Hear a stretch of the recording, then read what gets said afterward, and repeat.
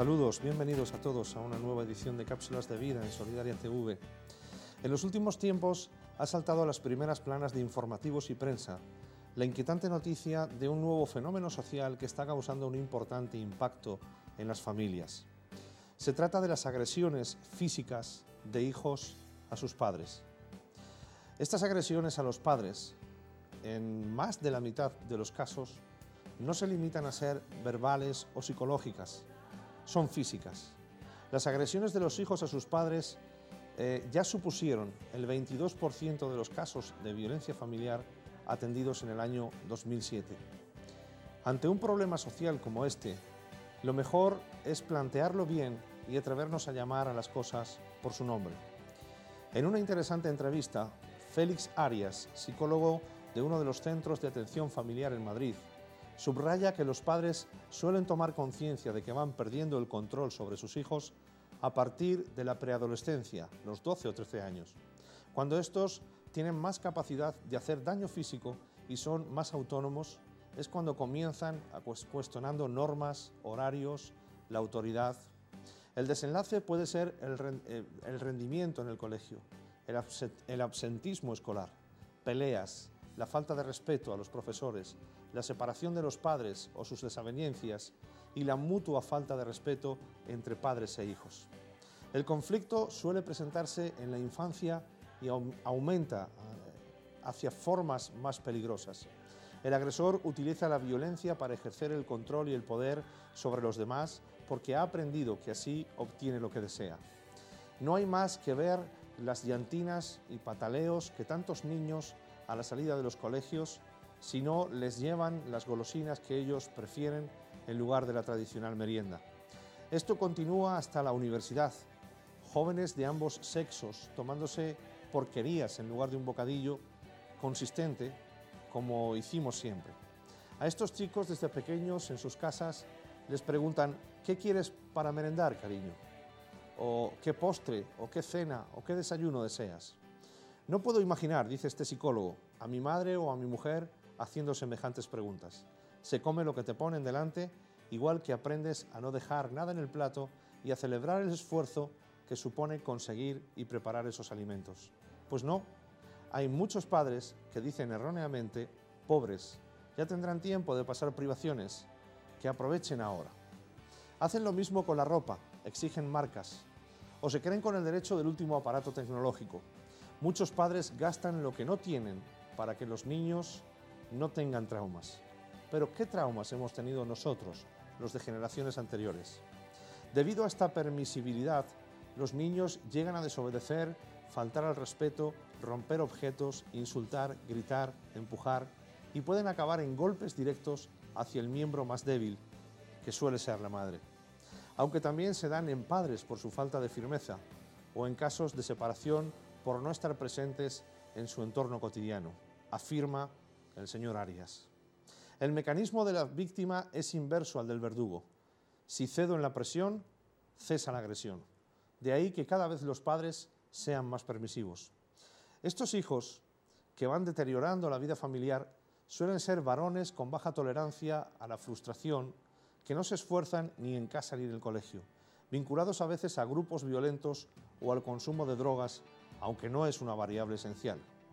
Sin una sana disciplina, sin orden, sin referentes en tareas, en horarios, en cumplimientos de deber por cada miembro de la familia, se hace difícil la maduración de cada uno de sus miembros.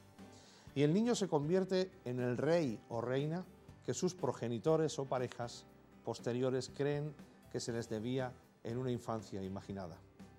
La intervención para resolver la situación afecta a toda la familia. Una vez que se toma conciencia de la situación, que no es fácil de asumir porque los padres se sienten culpables, comienza la terapia para modificar la forma de relacionarse, de expresar las emociones y controlar los impulsos.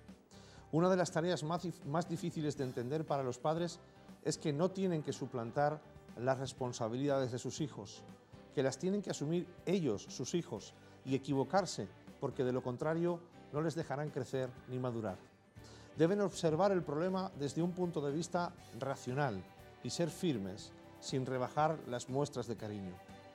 Lo que les acabo de compartir y que ha sido dicho por un profesional de la psicología se encuentra resumido en pocas palabras en un versículo escrito en la Biblia que dice: instruye al niño en su camino y aun cuando fuere viejo no se apartará de él. Proverbios 22:6.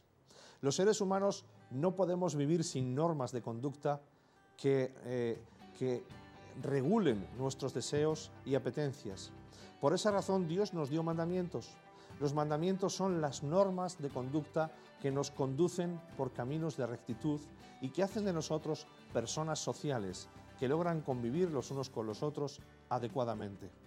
Sin normas que guíen nuestras vidas, los hombres y mujeres nos convertimos en seres egoístas y tremendamente crueles, que no dudan en hacerse daño entre sí y que desprecian el sufrimiento de los demás.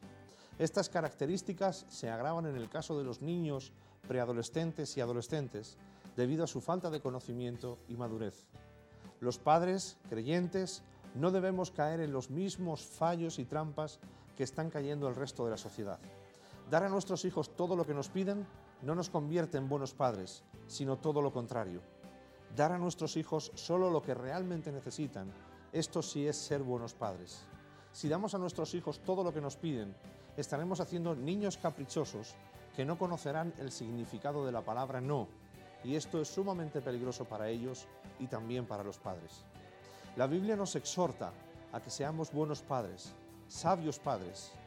Esto quiere decir que hemos de usar el sentido como para criar y enseñar a nuestros hijos siendo amorosos y respetuosos con ellos, sin perder la compostura como padres y ejerciendo la autoridad que tenemos dada por Dios sobre ellos con amor e inteligencia.